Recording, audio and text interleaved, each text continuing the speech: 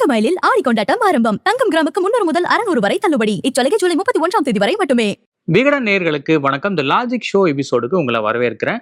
ஹாலிவுட்ல time loop director, டைமை வச்சு play பண்றவர், அப்புறம் ஸ்கிரீன் பிளேவை முன்னுக்கு பின் முரணா, அதாவது நான் குரோனாலஜிக்கல் ஆர்டர்ல எழுதக்கூடிய ஒரு கெட்டிக்காரர், இப்படி பல பெயர்களை தாங்கி நிற்கும் இயக்குனர் கிறிஸ்டோபர் நோலனோட ஆடிசி படத்தை பத்தி தான் இந்த வீடியோல நம்ம பேச போறோம். ஆடிசி படத்தை பத்தி பேசுறதுக்கு முன்னாடி அந்த படத்தோட விமர்சனமா இல்லாமல் அந்த படம் எப்படி இருக்கு அப்படின்லாம் நம்ம சொல்லாம அதுல இருக்கிற டெக்னிக்கல் விஷயங்கள், இந்த விஷயத்துக்கு ஏன் நோலன் வந்து இவ்வளவு மெனக்கெட்டார், இவ்வளோ ஒரு பெரிய ஒரு ப்ராஜெக்டை மவுண்ட் பண்றதுக்கு அவர் எவ்வளோ சிரமப்பட்டார், அதுல இருக்கிற டெக்னிக்கல் சேலஞ்சஸ் எல்லாம் என்ன, இன்ஃபேக்ட் இவ்வளவு பெரிய ஒரு $250 மில்லியன் பட்ஜெட்ல எடுக்கப்பட்ட படம் ஏன் இப்படியான ஒரு பெரிய பொருட்செலவு தேவைப்பட்டது இந்த படத்துக்கு, இந்த மாதிரி பல கேள்விகள் நமக்கு இருக்கும். அதுக்கெல்லாம் விடை சொல்ற மாதிரி தான் இந்த ஷோ இருக்க போது. முக்கியமா இந்த லார்ஜ் ஃபார்மேட்ஸ் அப்படின்னா என்ன, அதாவது தியேட்டர்ல நம்ம சாதாரணமா ஒரு ஸ்கிரீன்ல படம் பார்க்கறதுக்கும் PLF அப்படின்னு எழுதியிருக்கோம், பிரீமியம் லார்ஜ் ஃபார்மேட்ஸ் அப்படிங்கிற மாதிரி. அதுல பல வகைகள் இருக்கு. அந்த வகைகளுக்குள்ள வித்தியாசங்கள்லாம் என்ன, இந்த ஆடிசி எந்த மாதிரியான ஃபார்மேட்ல எடுக்கப்பட்டுச்சு, ஏன் அந்த ஃபார்மேட்ல எடுக்கப்பட்டுச்சு அப்படின்னு பல விஷயங்கள் இந்த வீடியோல நம்ம பார்ப்போம். அந்த ஃபார்மேட்டுக்கு உண்டான விளக்கங்கள், அந்த ஃபார்மேட் எப்படி செயல்படுது அப்படிங்கிறதையும் நம்ம தெரிஞ்சுக்கலாம். முக்கியமா எகைன் ஸ்ட்ரெஸ் பண்ணி சொல்ல வேண்டிய ஒரு டிஸ்க்ளைமர் என்னன்னா, இது ஆடிசி படத்தோட ரிவ்யூ கிடையாது. அந்த படத்தோட பின்னணி, அந்த படம் எப்படி இப்படி ஒரு டெக்னிக்கல் ஜெனித்தோட உருவாச்சு, இந்த மாதிரியான விஷயங்களை தான் இந்த வீடியோல பார்க்க போறோம். வாங்க ஷோக்குள்ள போலாம்.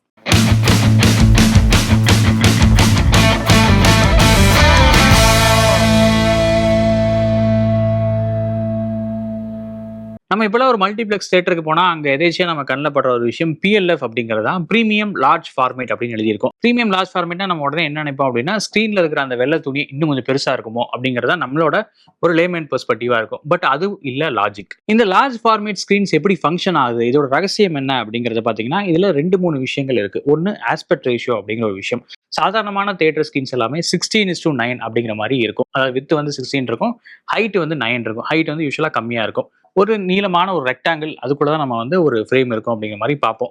பட் இந்த லார்ஜ் ஃபார்மேட் ஸ்கிரீன்ஸ்ல இருக்கிற ஒரு பெரிய அட்வான்டேஜ் என்ன அப்படின்னா, அது முக்கியமா பார்க்கறதுக்கு எப்படி இருக்கும்னா, ஒரு பெரிய ராஜச சதுரம் மாதிரி இருக்கும், கிட்டத்தட்ட சதுரம் மாதிரி இருக்கும். ஸோ அது வந்து எப்படி டிஃபர் ஆகுது அப்படின்னு பார்த்தீங்கன்னா, நீங்க வந்து ஒரு நேரா உட்காந்து ஒரு கரெக்டான ஒரு சீட்ல அந்த ஸ்கிரீன்ல உட்காந்து பாக்குறீங்க அப்படின்னா, உங்களோட லெஃப்ட்ல சரி, ரைட்ல சரி, டாப்ல சரி, பாட்டம்ல சரி, எல்லா இடத்துலையும் விஷுவல் தான் இருக்கும். எங்கேயுமே உங்களுக்கு ஸ்கிரீனை தாண்டின ஒரு ஃப்ரேமை தாண்டின ஒரு பார்வை இருக்காது. அந்த அளவு ஒரு இம்மர்சிவான சினிமாட்டிக் எக்ஸ்பீரியன்ஸை கொடுக்கக்கூடியதான் இந்த பிரீமியம் லார்ஜ் ஃபார்மேட்ஸ். வெறும் இந்த ஆஸ்பெக்ட் ரேஷியோ அப்படிங்கிற ஃபேக்டரை தாண்டி ரெசல்யூஷன்லும் சரி, ப்ரொஜெக்ஷன்லையும் சரி, ரொம்ப அட்வான்ஸ்டான டெக்னாலஜி யூஸ் பண்ணிருப்பாங்க. இதுதான் இந்த IMAX எக்ஸ்பீரியன்ஸா இருக்கட்டும், இல்ல வேற பிரீமியம் லார்ஜ் ஃபார்மேட்ஸா இருக்கட்டும், எல்லாத்தையும் என்ஹான்ஸ் பண்ணி கொடுக்குற ஒரு விஷயம். நீங்க சாதாரணமா ஒரு படத்தை, ஒரு மாசான படத்தை தியேட்டர்ல என்ஜாய் பண்றப்ப நம்ம என்ன சொல்லுவோம், பீக் சினிமாட்டிக் எக்ஸ்பீரியன்ஸா இருந்துச்சு அப்படின்னு சொல்லுவோம் இல்லையா. நீங்க சாதாரணமான ஒரு படத்தை பார்த்தா கூட இந்த மாதிரி ஸ்கிரீன்ல பாக்குறப்போ அது இன்னும் பீக் சினிமாட்டிக் எக்ஸ்பீரியன்ஸா இருக்கும் அப்படின்னு உறுதியா சொல்லலாம். நீங்க உதாரணமா ஒரு லஞ்சுக்கு ஒரு பெரிய ஹோட்டலுக்கு போறீங்க, அங்க வந்து இதெல்லாம் எங்ககிட்ட ஸ்டார்டர்ஸா இருக்கு அப்படின்னு மெனுவை கொடுக்காம ஒரு பிளேட்டை எடுத்து வந்து நீட்டுவாங்க. இதெல்லாம் எங்ககிட்ட இருக்கு, நீங்க இதுல என்ன பிளேட்டை சொல்றீங்களோ அதை நாங்க புதுசு செஞ்சு கொடுப்போம் அப்படிங்கிற மாதிரி சொல்லுவாங்க இல்லையா. அந்த மாதிரி இப்ப லார்ஜ் ஃபார்மேட்ஸ் ரொம்பவே எக்ஸ்பேண்ட் ஆயிருச்சு. PLFலயே கிட்டத்தட்ட கணக்கில் அடங்கா ஃபார்மேட்ஸ் வந்து இப்ப கையில இருக்கு. இதே வந்து ஒரு 5 வருஷம் இல்ல ஒரு 10 வருஷத்துக்கு முன்னாடி பார்த்தா ரொம்ப கம்மியா தான் இருந்துச்சு அப்படிங்கிற மாதிரி சொல்லலாம். இன்னுமே டெக்னாலஜி டெவலப் ஆயிட்டு இருக்கு, வேற ஃபார்மேட்ஸ் எவால்வ் ஆயிட்டு இருக்கு.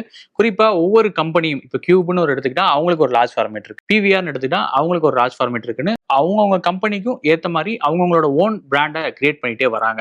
அந்த மாதிரி விஷயங்களும் இப்போ நிறைய டெவலப் ஆயிருக்கு. உதாரணத்துக்கு சில ஃபார்மேட்ஸ் என்ன அப்படிங்கறத வரிசையா பார்ப்போம். நம்ம நார்மல் ஸ்கிரீனுக்கு அடுத்த சைஸ்ல இருக்கிறது என்ன அப்படின்னு பாத்தீங்கன்னா, ஃபிளாட் அண்ட் மேக்ஸ் ஸ்கிரீன்ஸ் அப்படிம்பாங்க. IMAXங்கிறது வேற, மேக்ஸ்ங்கிறது வேற. மேக்ஸ்ங்கிறது அதை விட கொஞ்சம் கம்மியா இருக்கும். நார்மலா நம்ம ஊர்ல ஃபிளாட் ஸ்கிரீன் அப்படிங்கிற மாதிரி சொல்லுவாங்க. ஃபிளாட் ஸ்கிரீன் எப்படி இருக்குன்னா, சாதாரண தியேட்டரை விட கொஞ்சம் அதிகமான ஸ்கிரீன் ஸ்பேஸ் இருக்கும். ஆஸ்பெக்ட் ரேஷியோ கொஞ்சம் டிஃபர் ஆகும். அந்த 16:9 ரேஷியோல இருந்து இந்த சதுரத்தை நோக்கிய ஒரு ஆஸ்பெக்ட் ரேஷியோவா அது கொஞ்சம் மாறி இருக்கும். ஸோ இதை வந்து ஃபிளாட் அப்படிங்கிற மாதிரி சொல்லுவாங்க. இப்போ நிறைய படங்கள் இந்த ஃபிளாட் ரேஷியோல இந்தியாலேயே, தமிழ்லேயே எடுக்க ஆரம்பிச்சிட்டாங்க. அவங்க அந்த மாதிரியான ஸ்கிரீன்ஸை நல்லாவே அதில் வந்து யூஸ் பண்ணிக்கிறாங்க. அந்த ஸ்கிரீன்ஸ்ல பாக்குறப்போ, அதாவது PLF சப்போர்ட் பண்ற இந்த ஃபிளாட் ஸ்கிரீன்ல பாக்குறப்போ அந்த படம் இன்னும் என்ஹான்ஸ்ட் எக்ஸ்பீரியன்ஸை கொடுக்குது அப்படின்னு சொல்றாங்க. அடுத்தா நீங்க புக் மை ஷோ ஆப்லயோ இல்ல டிக்கெட் ஆப்லயோ இந்த மாதிரியான ஆப்ல பாக்குறப்போ PXL, அப்புறம் வந்து பிக் பிக்ஸ் அப்படிங்கிற மாதிரி எல்லாம் பேரை கேட்டிருப்போம். அதெல்லாம் என்ன அப்படின்னு பாத்தீங்கன்னா, PVR INOX பிராண்டோட பெரிய ஸ்கிரீன் சைஸ், அவங்களோட பிராண்ட்ல உருவாக்கப்பட்ட ஒரு இமர்சிவான சினிமாட்டிக் எக்ஸ்பீரியன்ஸ் அப்படிங்கிற மாதிரி சொல்லலாம். PXL அப்படிங்கிறது PVR உருவாக்குன ஒண்ணு. அதே மாதிரி ஐநாக்ஸோட தான் அந்த பிக் பிக்ஸ் அப்படிங்கிறது. இது எல்லாமே இந்த முன்னாடி பார்த்த அந்த ஃபிளாட் மேக்ஸை விட இன்னுமே கொஞ்சம் அதிகமான ஒரு ஸ்கிரீன் சைஸ் உள்ள ஒரு எக்ஸ்பீரியன்ஸ். இதுக்கு அடுத்த ஃபார்மேட்ல இருக்கிறது எபிக் அப்படிங்கிற ஒரு விஷயம். கியூப் நிறுவனத்தோட ஒரு பெரிய ஸ்கிரீன் சைஸ் இது அப்படின்னு சொல்லலாம். கோயம்புத்தூர்ல இருந்து பல சதர்ன் டிஸ்ட்ரிக்ட்ஸ்லயும் இந்த மாதிரியான ஃபார்மேட் வர ஆரம்பிச்சிச்சு. அன்பார்ச்சுனேட்லி சென்னையில இப்போ வரைக்கும் ஒரு ஸ்கிரீன் தான் வந்திருக்கு. மேபி காலம் போக போக இன்னும் அந்த ஃபார்மேட்ஸ் அதிகமாக வரலாம், வேற வேற ஸ்க்ரீன்ஸும் டெவலப் ஆகலாம்.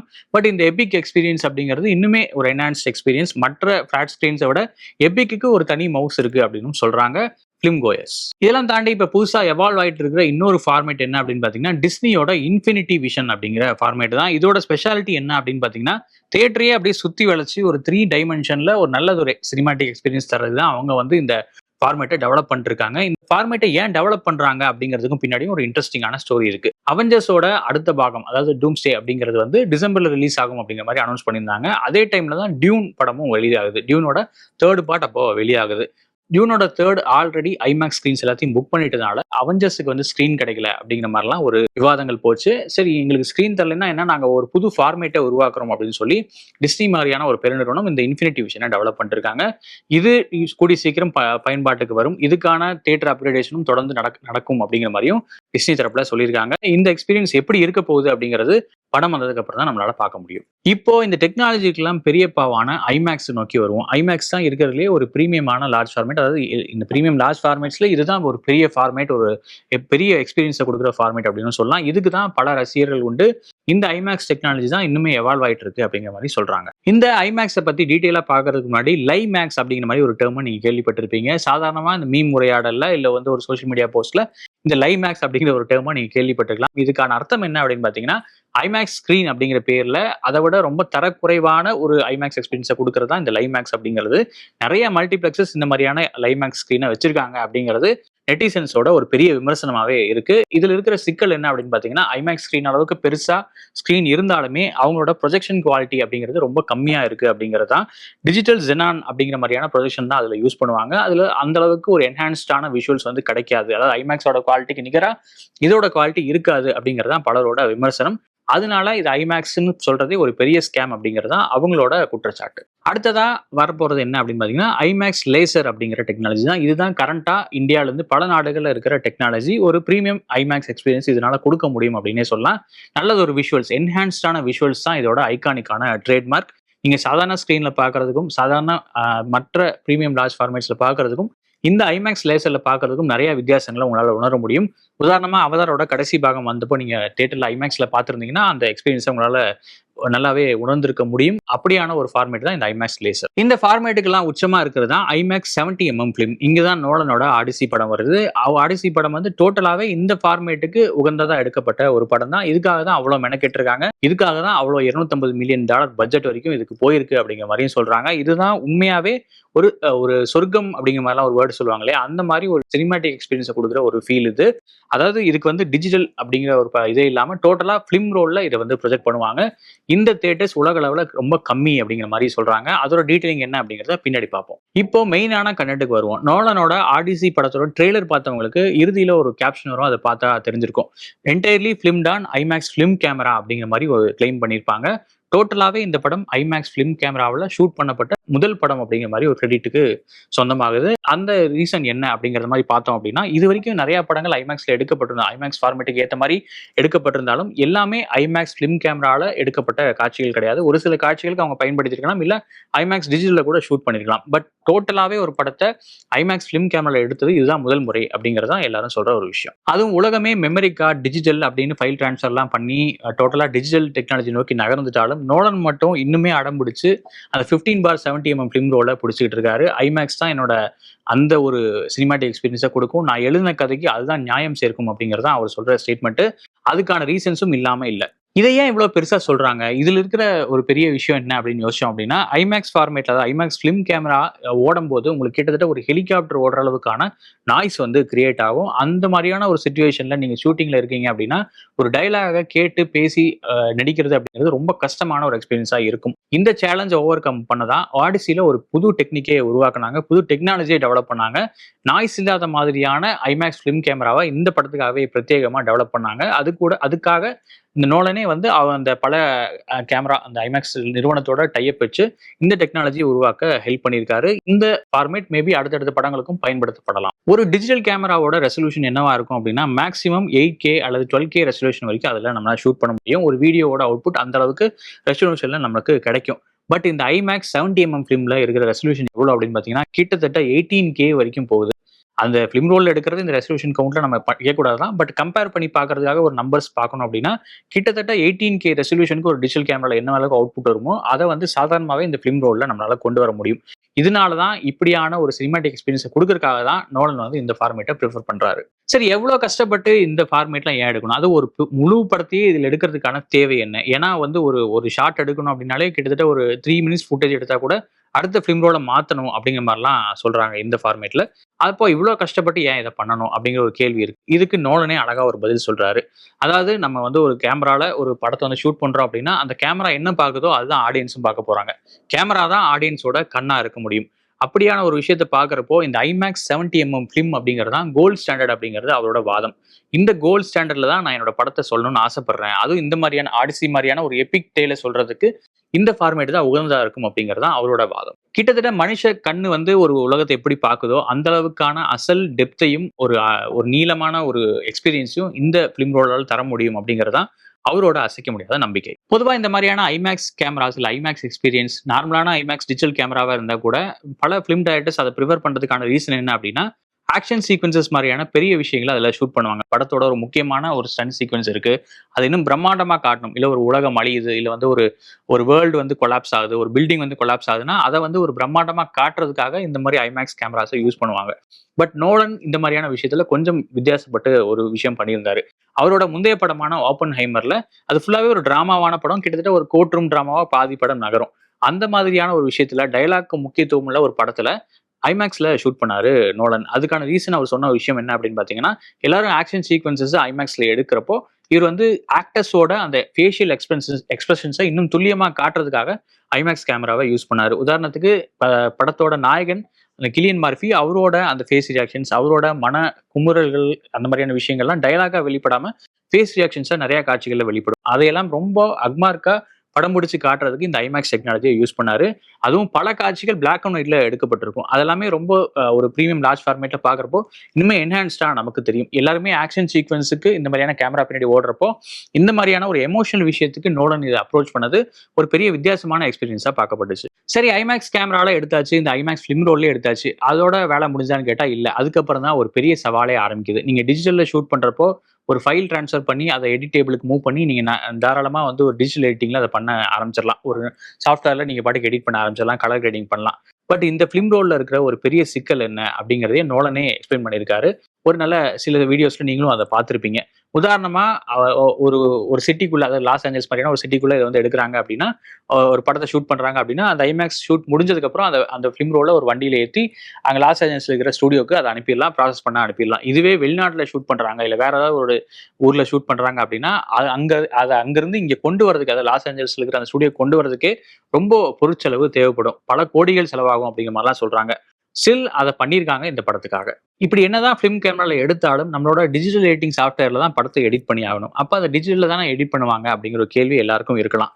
அதுக்கான விடை என்ன அப்படின்னு பார்த்தீங்கன்னா, இங்கே தான் டிஐ ஒர்க் ஃப்ளோ அப்படிங்கிற ஒரு விஷயம் வந்து வருது. டிஜிட்டல் இன்டர்மீடியேட் அப்படிங்கிற மாதிரி ஒரு விஷயம் சொல்லுவாங்க. என்ன அப்படின்னா, நீங்கள் கேமரால ஷூட் பண்ண ஃபிலிம் ரோலை அப்படியே ப்ராசஸ் பண்ண முடியாது. பழங்காலத்தில் பார்த்தீங்கன்னா நீங்கள் ஃபிலிம் ரோலை டேபிளில் வச்சு லீனியர் எடிட்டிங் மாதிரி பண்ணிட்டு இருப்பாங்க. டேபிள்லேயே வந்து ஃபிலிம் ரோலை வச்சு அங்கேயே வந்து அதை அங்கே ப்ரொஜெக்ட் பண்ணி பார்த்து கட் பண்ணி வெட்டி ஒட்டிங்கிற மாதிரி பல விஷயங்கள் பண்ணுவாங்க. பட் ஐமேக்ஸ் ஃபிலிம் ரோலில் அப்படி பண்ண முடியாது. அப்படி பண்ணுறது ரொம்ப பேசிக்கான எடிட்டிங்காக தான் இருக்கும். அதுக்கான தொழில்நுட்பமும் நம்மகிட்ட இல்லை. ஸோ அதை கண்டிப்பாக டிஜிட்டலில் மாற்றி டிஜிட்டலில் நமக்கு தேவையான விஷயங்களை பண்ணி சிஜி வேணா சிஜி ஆட் பண்ணி மற்ற விஷயங்கள்லாம் சேர்த்து அதை எடிட் பண்ண முடியும். அதுக்கு வந்து டிஜிட்டல் எடிட்டிங் அத்தியாவசியம் அப்படிங்கிறதுல மாற்றுக்கிறது இல்லை. அதனால நோலன் என்ன பண்ணுறாரு அப்படின்னா, இந்த ஃபிலிம் ரோல்ஸ் இருக்கிற ஃபுட்டேஜ் எல்லாம் டிஜிட்டலாக மாற்றுறாரு. டிஜிட்டலுக்கு டோட்டலாக அதை வந்து ஃபீட் பண்ணி டிஜிட்டலில் அதை எடிட் பண்ண ஆரம்பிக்கிறாங்க. இந்த எடிட்டிங் ப்ராசஸ்லேயே டோட்டல் கலர் கிரேடிங் உள்ளிட்ட பல விஷயங்களையும் பண்ணிடுறாங்க. இந்த சீன் இந்த கலர்ல தான் இருக்கணும், இந்த கேரக்டர் பேசுறது இந்த டோன்ல தான் இருக்கணும், பல விஷயங்கள் இதுக்கு மெனக்கெடுவாங்க. ஃபைனல் அவுட்புட் எப்படி வேணுமோ கிட்டத்தட்ட அந்த மாதிரியான ஒரு விஷயத்த அந்த டிஜிட்டல்ல எடிட் பண்ணிடுவாங்க. இதுக்கப்புறம் தான் பெரிய சவாலே இருக்கு. இந்த டிஜிட்டல் எடிட்டிங் முடிஞ்சோடனே ஒரு ஸ்பெஷல் லேசர் ரெக்கார்டர் மூலமா என்ன பண்ணுவாங்க அப்படின்னா, இந்த ஃபுட்டேஜஸ் எல்லாத்தையும் திரும்ப ஃபிலிம் ரோலுக்கு ஃபீட் பண்ணுவாங்க. ஃபிலிம் ரோலில் அதை பதிவு பண்ண ஆரம்பிப்பாங்க. அதாவது ஐமேக்ஸ் 70mm ஃபிலிம்லேயே திரும்ப அந்த ஃபுட்டேஜ் போய் உட்காரும். எப்படி உட்காரும் அப்படின்னா, ஃபைனல் அவுட்புட்டா போய் உட்காரும். அதாவது கலர் கிரேடிங்ல இருந்து எடிட்டிங் பண்ண ஃபைனலைஸ்டு வெர்ஷனை அதில் வந்து திரும்ப ஃபீட் பண்ணுவாங்க. அது அங்கே போய் பதிவாக ஆரம்பிக்கும். அதாவது ஃபிலிம்ல ஆரம்பிச்சு டிஜிட்டல்ல எடிட் ஆகி திரும்ப ஃபிலிம்ல கன்வெர்ட் ஆகி தியேட்டர்ல நமக்கு ஃபிலிம் ப்ரொஜெக்ஷனா வெளியே வரும். இதுதான் நோலன் ஒடிசிக்கு ஃபாலோ பண்ண ஒரு ஃப்ளோ சார்ட். இவ்வளவு கஷ்டப்பட்டு நோலன் எடுத்த இந்த ஆடிசி படத்தை அவரு விருப்பப்படுற அந்த அத்தன்டிக் ஃபீல்லே பாக்குறதுக்கு உலக அளவுல எத்தனை தியேட்டர் இருக்கு அப்படிங்கறத எண்ணி பார்த்தோம் அப்படின்னா கிட்டத்தட்ட 41 தியேட்டர் மட்டும்தான் இருக்கு.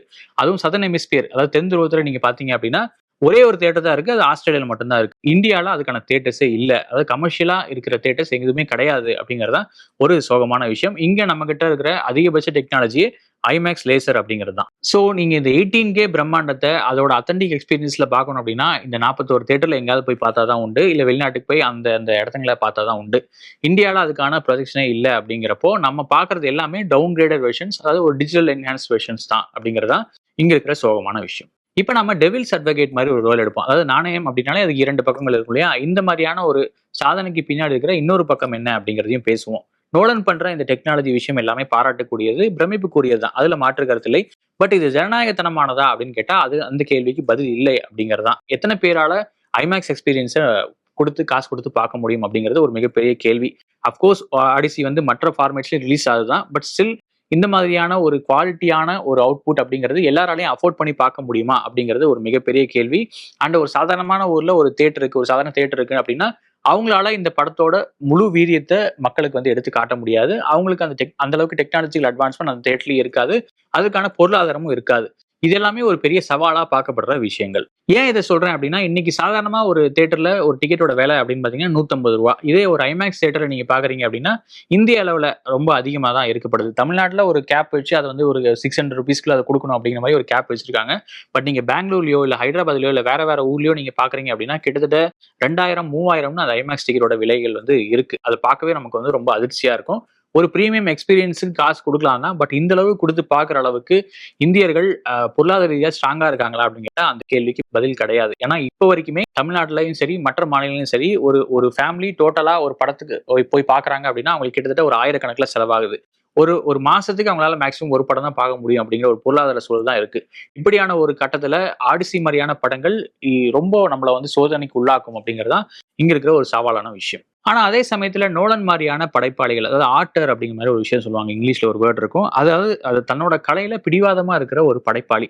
அந்த மாதிரியான ஆட்களும் தேவைதான். கிட்டத்தட்ட நோலன் வந்து ஒரு பியூரிஸ்ட் அப்படிங்கிற மாதிரிலாம் டேர்ம் பண்றாங்க. அதாவது தூய்மைவாதம் பாக்குறவர், ரொம்ப வந்து ஒரு டெக்னாலஜிக்கலா ஒரு எல்லா விஷயமும் சரியா இருக்கணும் அப்படிங்கிற மாதிரி மெனக்கெட்டவர் அப்படிங்கிற மாதிரி சொல்றாங்க.